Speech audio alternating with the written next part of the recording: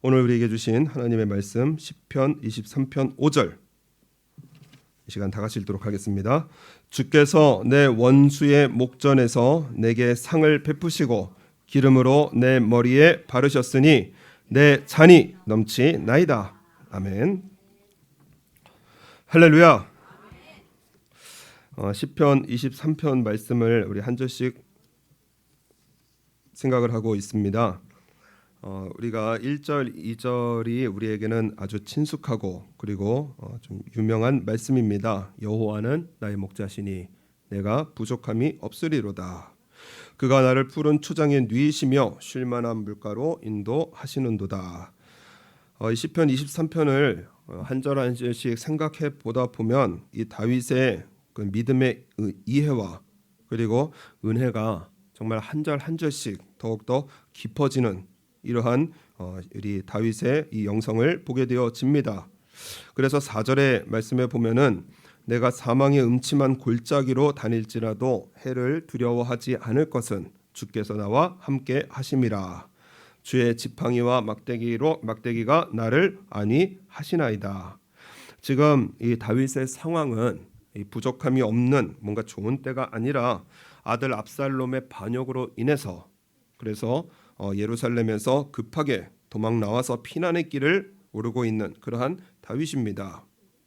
그런데 시편 23편을 통해서 다윗은 하나님을 바라보게 되어지고 그리고 단지 부족함이 없고 그리고 사망의 음침한 골짜기를 다녀도 해를 두려워하지 않는 그러한 정도가 아니라 오늘 말씀에 보면은 우리 5절 말씀에 보면은 내 잔이 넘치나이다. 그래서 이 삶은 어려운데 정말 아들이 자기를 죽이려고 하는 이러한 고통 중에 있는데도 다윗은 내 잔이 넘치나이다. 그 시편 23편에 여러 놀라운 약속들이 기록이 되어져 있는데 가장 영광스러운 약속, 하나님께서 우리를 위해서 해 주시겠다라는 약속이 무엇이냐? 바로 우리를 위하여 상을 베풀어 주시는 우리 하나님이십니다. 이 상이 뭐냐면 테이블이거든요. 실제로 잔치 상을 베풀어 주시는 그런 우리 하나님이시다.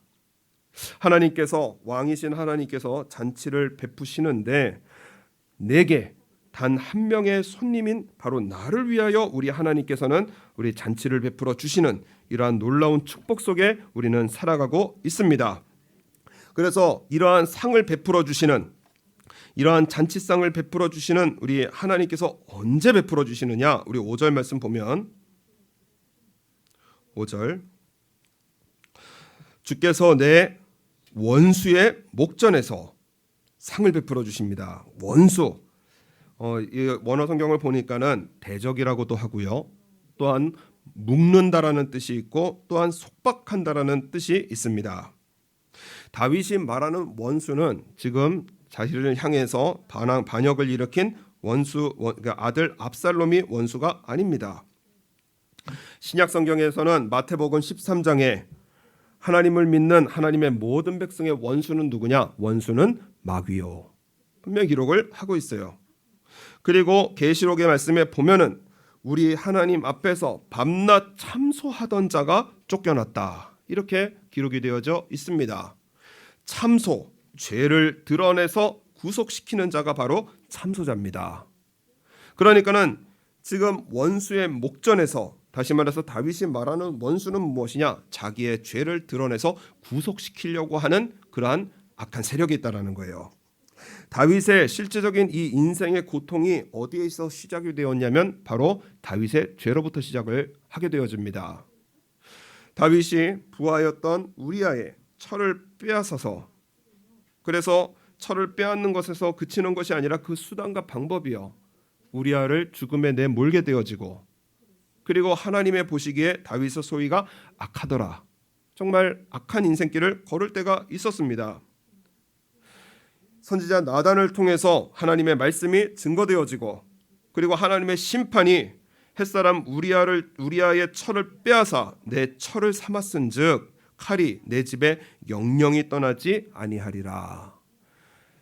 그러니까 다윗의 이 아들인 압살롬이 이 반역을 일으키는 것은 바로 누구의 문제냐? 자기의 죄의 문제라는 것을 깨닫고 알고 있는 거예요. 나단 선지자가 이렇게 말을 합니다. 이 일로 인하여 다윗의 그 범죄함으로 인하여 여호와의 원수로 크게 회방할 거리를 얻었으니, 저 사단이 힘을 얻었다라는 거예요. 다시 말해서 사단은 죄라는 것을 통해서 끊임없이 하나님의 백성들을 정죄하는 것이 바로 사단입니다. 목사 맞느냐? 권사 맞느냐? 집사 맞느냐? 하나님의 사람 맞느냐? 그러고도 하나님을 믿는다고 하느냐? 우리의 마음속에 끊임없이 정죄감을 불러일으키는 것이 바로 사단이라는 것을 말씀을 하십니다. 데이비드 윌커슨이라고 하시는 목사님은 죄로 인한 경악, 이게 무슨 말이냐면 예수님을 잘 믿고자 했었던 그 미국의 1세대 바로 청교도들이 입에 버릇처럼 하고 다녔던 말입니다. 죄로 인해서 경악을 했다라는 거예요. 무슨 말이냐?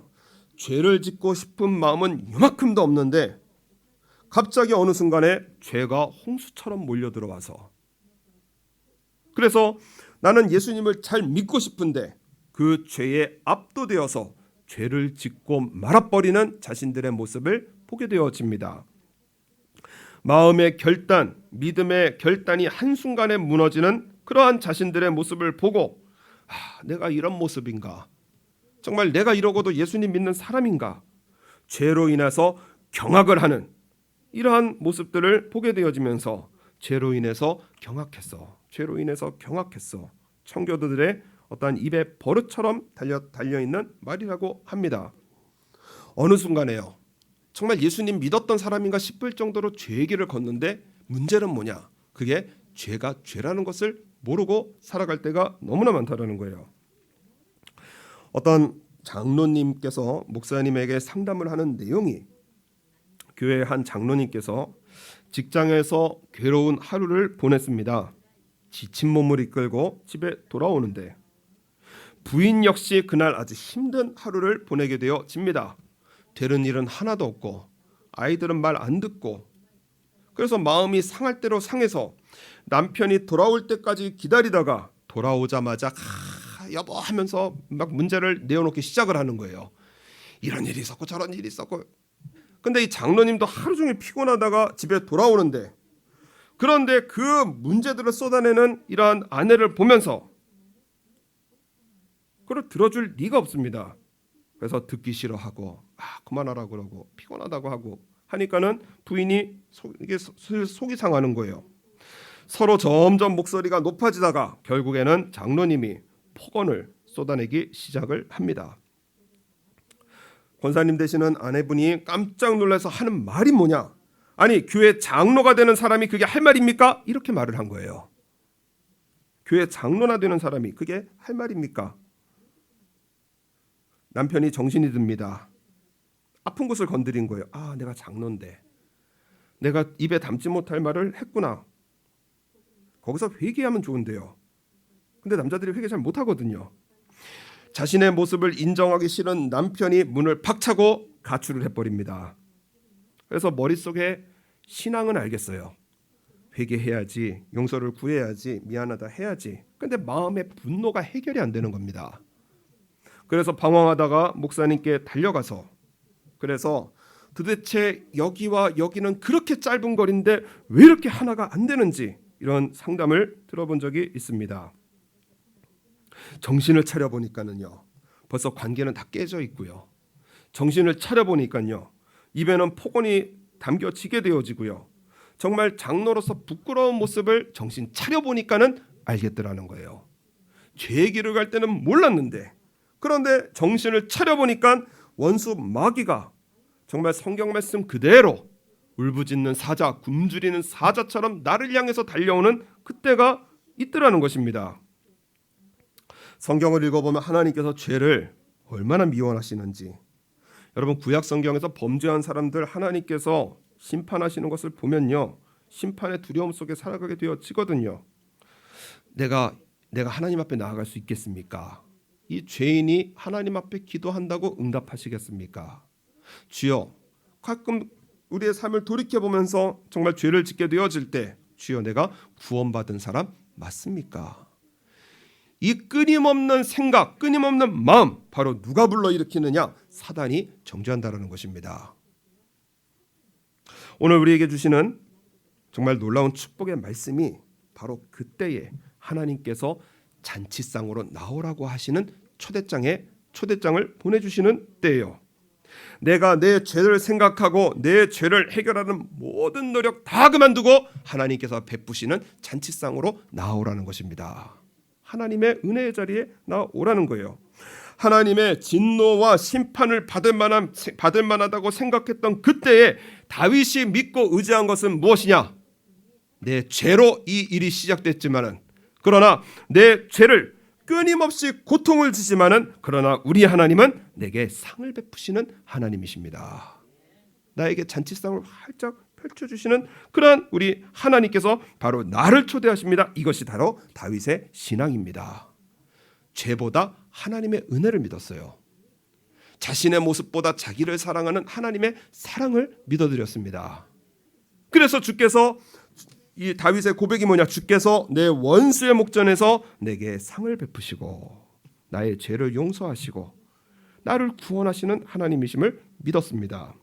우리 하나님의 구원의 방법이 무엇이냐? 오늘 말씀에 보면, 오늘 말씀, 주께서 내 원수의 목전에서 내게 상을 베푸시고 기름으로 내 머리에 바르셨으니 내 잔이 넘치나이다. 기름으로 머리에 바르셨다. 이렇게 말씀이 기록이 되어져 있습니다. 하나님께서 우리의 죄를 처리하시는 방법이 바로 기름으로 머리에 바르시는 거예요. 양에게 있어서 이 시편 23편은 비유로 된 시입니다. 여호와는 나의 목자시니 양이 긴 나에게는 부족함이 없다. 이 양에게 있어서 제일 두려운 적이 누구냐? 바로 작은 파리의 일종인 코파리입니다. 이 영상으로 보여지게 되어지는데요. 이제 파리예요. 그래서 영상에 보면은 지금 파리가 이 코에 앉게 되어집니다. 그래서 저 파리가 어디로 들어가냐? 코로 들어가려고 그러는 거예요. 자꾸 코로 들어가는 거예요. 저게 얼마나 괴로울지, 정말 얼마나 괴로울지. 우리 장난치면서 머리카락 하나 빼가지고 코 이렇게 해도 그 얼마나 가렵고 괴로운데, 그런데 양은 그 코파리가 끊임없이 달려들어서 그래서 그 코 안으로 들어가려고 애를 쓰게 되어집니다. 이유가 뭐냐? 이스라엘은 사막지대입니다. 그리고 일교차가 큽니다. 그런데 양의 코는 늘 따뜻해요. 그리고 양의 코 안에는 늘 축축하게 습기가 있게 되어집니다. 그러니까는 이 코파리들은 양의 코로 들어가서 알을 낳으려고 계속해서 저 양 코 안으로 들어가려고 사투를 벌이게 되어집니다. 저 양은 저 코파리가 코에 들어오는 것을 막기 위해서 계속해서 땅에 비비고 나무에 비비고 그리고 그렇게 애를 쓰게 되어집니다. 여기서 알을 낳는 것이 성공하게 되면 이제 거기서 애벌레가 되어집니다. 여러분, 코 안에 애벌레가 있다고 생각을 해보세요. 얼마나 고통스럽고 얼마나 괴로울까. 그것이 파리가 되어져서 이제 나오게 되어집니다. 이 코파리가 들어가려고 하고 그 안에 애벌레들이 있으니까는 양들이 돌이나 나무 뿌리에 그렇게 비벼대고 자꾸 갖다 박아요. 그래서 성질 급한 양은 너무 간지러우니까 나무에 달려가서 부딪혀서 뇌진탕을 일으켜서 죽기도 하고요. 때로는 이 유충이 코의 점막을 뚫고 뇌까지도 올라가면 그 자리에서 즉사하는 양들이 부지기수이게 되어집니다. 이것을 일일이 잡을 수 없으니까는 목자들이 생각해낸 것이 무엇이냐? 저 머리 위에다 끈적끈적한 기름을 붓자. 기름을 붓게 되어져요. 그러면은 파리가 양 저 콧등이나 머리에 앉았다가 그대로 달라붙게 되어집니다. 그러면 양은 혀가 길거든요. 그 긴 혀를 이용해서 붙어버린 파리를 잡아먹기도 하고요. 그리고 모든 코파리의 공격에서 자유로워져요. 저 코파리, 무수한 코파리와 같이 끊임없이 우리를 공격하는 것이 있는데 바로 죄입니다. 죄예요. 미움이 오고요. 질투가 오고요. 우리가 죄라고 생각하지 않는 두려움, 내 삶의 염려, 내 앞날에 대한 이러한 고통스러운 이러한 염려, 이게 모든 것들이 죄거든요. 이 죄가 처음에는 별거 아니지만은 저 작은 코파리가 결국에는 양을 죽음으로 몰듯이 우리의 죄는요, 별거 아니지만요, 결국 하나님의 구원을 흔들어버리고 하나님의 축복을 빼앗는 그러한 죽음으로 이끄는 것이 바로 우리의 죄라는 것입니다. 문제는 무엇이냐? 이 죄를 내가 해결할 수 없다는 것에 있어요. 양이 코파리를 잡아낼 수 없듯이 우리의 죄는 우리가 해결이 안 되는 것입니다. 이때에 우리 예수님을 나의 목자로 삼는 사람은 우리 예수님께서 우리에게 기름을 부어주십니다. 다시 말해서 성령으로, 하나님의 영으로 기름을 부어주세요. 신약 성경에 보면은, 우리 신학교 때 다닐 때 보면은 우리 하나님에 관해서 배우게 되어집니다. 우리 하나님은 세 분이신데 한 분이시다. 신비로운 모습의 우리 하나님이십니다. 우리는 우리 하나님의 계시를 통해서 하나님은 아버지 하나님, 성부 하나님, 그 다음에 성자 예수님, 그리고 성령 하나님, 이렇게 우리에게 가르쳐 주셨습니다. 성부 하나님이 하시는 일이 무엇이냐? 바로 계획을 세우시는 하나님이시고, 성자 예수님은 그 계획을 실행하시는 하나님이시고, 성령 하나님은 바로 우리 하나님의 계획과 그리고 예수님의 실행을 믿게 하시는 분이 바로 성령 하나님이십니다. 하나님의 영으로 충만해지는 것은 무엇이냐? 바로 하나님의 계획, 나를 구원하시는 우리 하나님의 계획을 믿는 거예요. 성령으로 충만한 것은 무엇이냐? 우리 예수님께서 나를 위해서 십자가를 지셨고, 성령으로 충만한 것은 바로 내 죄를 깨닫고 나를 위해서 죽으신 예수님의 십자가 그 은혜를 붙들고 회개하는 것이 바로 성령으로 충만한 것입니다.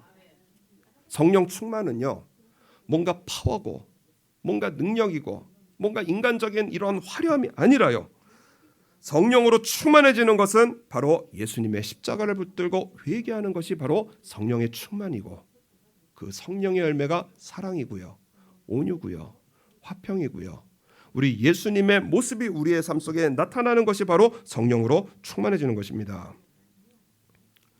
그렇기 때문에 오늘 우리의 삶 속에 우리 주님께서 원하시는 것이 무엇이냐? 바로 인생의 여러 가지 일들을 만날 때는요, 여러 가지 인생의 고통을 만날 때는 나에게 기름을 부으신 우리 하나님 앞에 죄를 깨닫고 그리고 죄를 회개해야 될 바로 그때가 되어지는 거예요.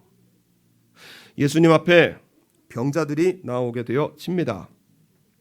모든 병이 죄라고는 할 수는 없지만, 그러나 예수님께서 때때로 병을 고쳐주시면서 뭐라고 하시느냐? 내 죄 사함을 받았느니라, 이렇게 말씀을 하세요. 병을 고치려면은 약을 먹어야 되고, 병을 고치려면은 우리 의사에게 가야 되고, 그리고 뭔가를 우리가 이 의학적인 일을 진찰을 받아야 되는데, 예수님께서 그 병을 고쳐주시면서 하시는 말씀이 내 죄 사함을 받았느니라. 인생의 병과 여러 가지 고통, 그 근본에 무엇이 있느냐? 바로 죄가 있다라고 말씀을 하시는 거예요. 그렇기 때문에 인생의 고통을 만날 때는 바로 그때는 뭐 할 때이죠? 회개할 때입니다. 예수님의 말씀 붙들고 회개할 때입니다. 회개하면은 우리 예수님의 그 축복이 무엇이냐? 우리 예수님께서 한 비유를 통해서 우리 하나님의 아주 고집스러운 사랑을 말씀을 하십니다. 하루는 어떤 농사꾼의 아들이 이거 농사꾼 생활 너무 지루하다, 어차피 내가 받을 유산 아버지 미리 땡겨서 주옵소서, 주머니 두둑하게 채워서 그래서 유쾌한 삶을 찾아 떠나가게 되어집니다. 그러나 발견된 것은 무엇이냐? 숙취의 아침. 다 떠나간 사람들, 길게 늘어선 이러한 구직자 대열, 돼지나 다름없는 그러한 생활 속에 고통받았던 이 아들은 드디어 마지막 자존심을 버리고 그리고 생각을 한 것이 무엇이냐? 집으로 돌아가자, 아버지께 돌아가자는 거예요. 그리고 나서 열심으로 할 말을 생각을 합니다. 주여, 아버지여, 나를 품꾼의 하나라도 내 죄를 용서하시고 막 말들을 준비를 해요. 그래서 아버지를 만나면 그 말을 하려고 연습을 하려고 연습하고 또 연습을 합니다. 그리고 나서 아버지에게 가는데요, 그 연습한 말을 제대로 써먹지도 못합니다. 말을 하려고 하는데 그런데 날마다 아버지를 기다리고 있던 그 아들을 기다리던 그 아버지의 용서의 말이 이 청년의 사과의 말을 확 덮어버리십니다. 괜찮다는 거예요. 잘 왔다라는 거예요. 옷 싹 갈아입히고 반지를 끼워주고 송아지 잡고 잔치하자라는 것입니다. 채찍도 없고요, 정죄도 없고요, 비난도 없고요. 아버지에게 돌아가면은 부드럽게 활짝 벌린 아버지의 품만이 있게 되어지는 이러한 비유의 말씀을 하게 되어집니다. 이것이 우리 하나님의 사랑이라는 거예요. 여러 가지 인생의 어려운 일들을 만날 때 우리 하나님의 사랑을 신뢰하고 그 사랑의 증거인 우리 예수님의 십자가 속에 우리의 죄를 말씀 앞에 회개하면 우리 주님께서는 그 유쾌한 날이 어디로부터 오느냐? 너희가 회개하면 주 앞으로부터 유쾌한 날이 이를 것이요, 우리의 영을 소생시키시고 우리의 삶에 복을 주시는 우리 하나님의 축복이 바로 회개하는 사람에게 임하게 되어집니다. 베드로가 가로되 너희가 회개하여 각각 예수 그리스도의 이름으로 세례를 받고 죄 사함을 얻으라. 그리하면 성령을 선물로 받으리니. 영육간에 복을 주시는 우리 하나님을 만나게 되어져요. 그래서 인생의 죄가 해결된 사람에게 주시는 축복이 무엇이냐? 바로 다윗이 자신의 죄를 고백하고 나를 용서하시는 하나님의 사랑을 신뢰하면서 그 인생길을 걸을 때 내 잔이 넘치나이다. 그 마음의 용서와 그리고 회복과 평안을 주시는 우리 하나님의 그 축복의 표현이 무엇이냐? 바로 내 잔이 넘치나이다. 회개하는 사람에게 주시는 놀라운 축복이 바로 임마누엘입니다. 하나님께서 함께 하십니다. 이사야서의 말씀에 보면은 지존무상하시며 영원히 거하며 거룩하다 이름하는 자가 이같이 말씀하시되 내가 높고 거룩한 곳에 거하며 또 어디에 계시느냐? 통회하고 마음이 겸손한 자와 함께 거하나니 겸손한 자의 영을 소생케 하며 통회하는 자의 마음을 소성케 하려 함이니라. 지극히 거룩하시고 지극히 높으시고 그리고 영광의 하나님께서 누구와 함께 하시느냐? 바로 죄를 깨닫고 회개하는 사람에게 예수님께서 함께 하십니다. 임마누엘이요, 영을 소성케 하시고 하나님과 함께 하시는 그런 복된 사람으로 천국의 길, 영생의 길로 인도하시는 우리 주님이십니다. 회개는요, 단순히 영의 문제만이 아니에요. 우리의 영을 고치시고 우리가 복받을 마음을 새롭게 하셔서 우리의 삶 속에 복을 주시는 우리 아버지 하나님이십니다. 욥기의 말씀에 보면은 욥이 회개합니다.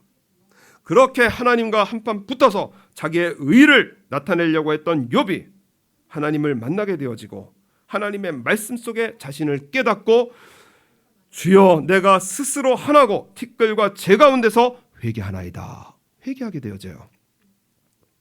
진심으로 회개하는 욥을 하나님께서 회복시켜 주십니다. 욥의 모든 공경에서 돌이키시고 그리고 욥이 기도하는 그 기도를 하나님께서 들으시고 욥이 그 벗들을 위하여 빌매 여호와께서 욥의 공경에서 돌이키시고 욥에게 그전 소유보다 갑절이나 주신지라. 하나님의 축복은 누구에게 임하느냐? 바로 회개하는 자에게 부어 주십니다. 상을 베풀어 주세요. 이 상은 잔치상입니다. 회개는 우리 하나님 나라의 메뉴들이 잔뜩 깔린 식탁을 받게 되어져요. 우리 하나님의 식탁은 무엇이냐? 바로 은혜가 우리 하나님의 메뉴입니다. 우리 하나님의 사랑이 하늘나라의 메뉴입니다.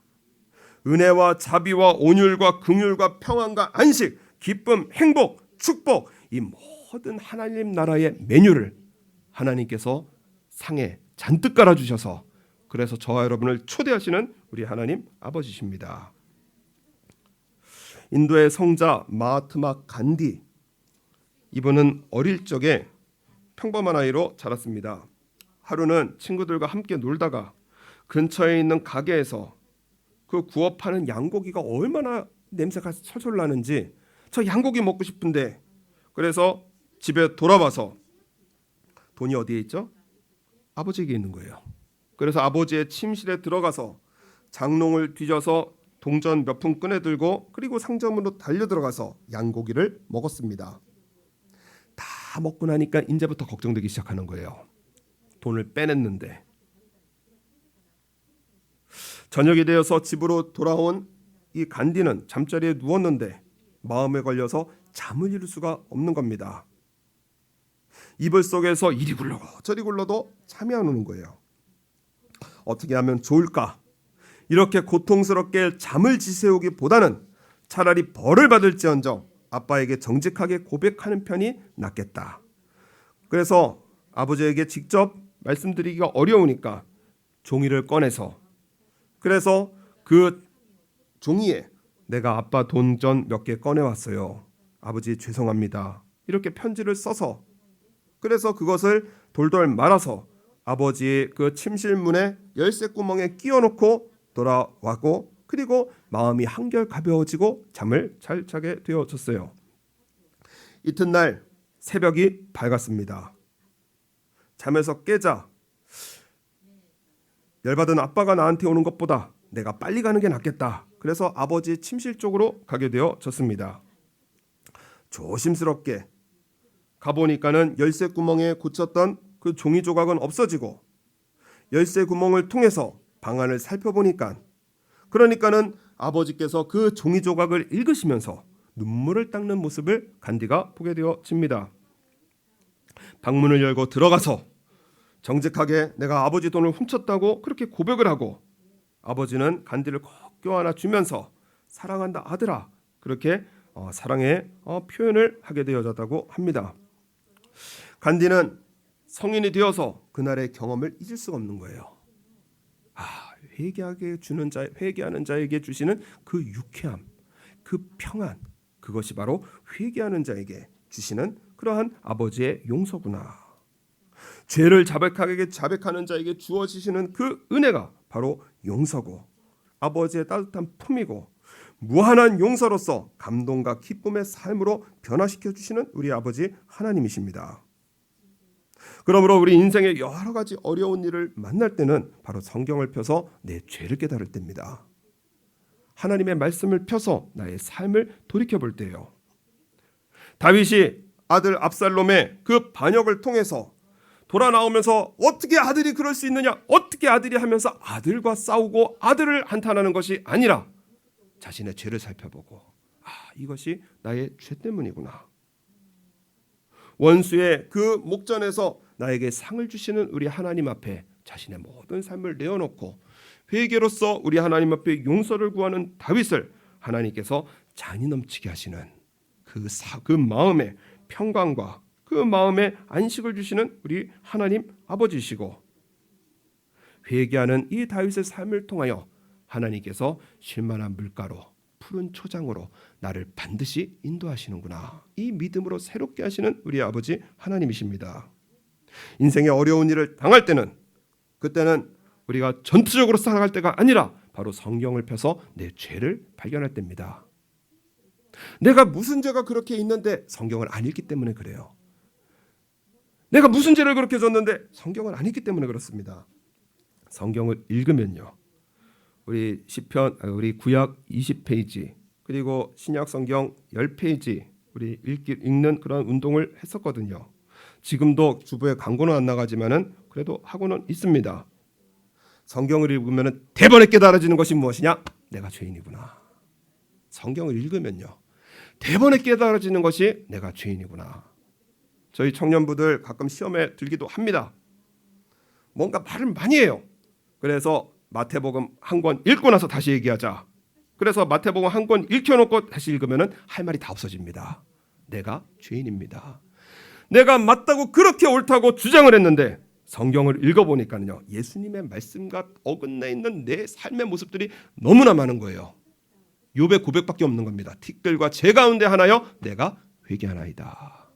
여러 가지 인생의 어려운 일을 만날 때는 그 인생을 해결하려고 분주하게 뛰어다니는 것이 아니라 우리 주님 앞에 돌아와서 성경을 펴서 하나님의 말씀에 나를 비교해서 회개하는 삶은 오늘 우리에게 주시는 놀라운 축복의 말씀이 무엇이냐? 주께서 내 원수의 목전에서 내게 상을 베푸시고 하나님의 그 사랑과 용서로서 우리와 함께 하시고 예수님의 십자가의 그 은혜가 믿어지게 하시고 우리의 삶에 영원히 강건하게 하시고 우리의 일상의 삶에 복을 주시는 그러한 우리의 삶에 잔이 넘치게 하시는 우리 하나님, 우리 아버지심을 우리 신뢰하고, 우리 여러 가지 인생의 어려움들을 통해서 여러 가지 우리의 삶에 정말 어려운 일들을 만날 때는, 그때는 바로 내가 회개해야 될 때임을, 회개하는 자에게 우리 하나님께서 함께 하시고, 회개하는 자에게 우리 하나님께서 2배의 축복을 주시는, 이러한 삶의 복을 주시는 우리 주님이시므로 우리 모든 삶, 우리 한번 따라하겠습니다. 내가 회개하나이다.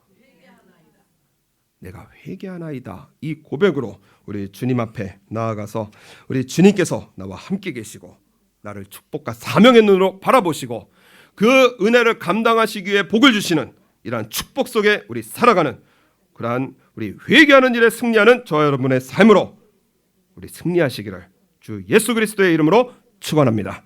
기도하시겠습니다.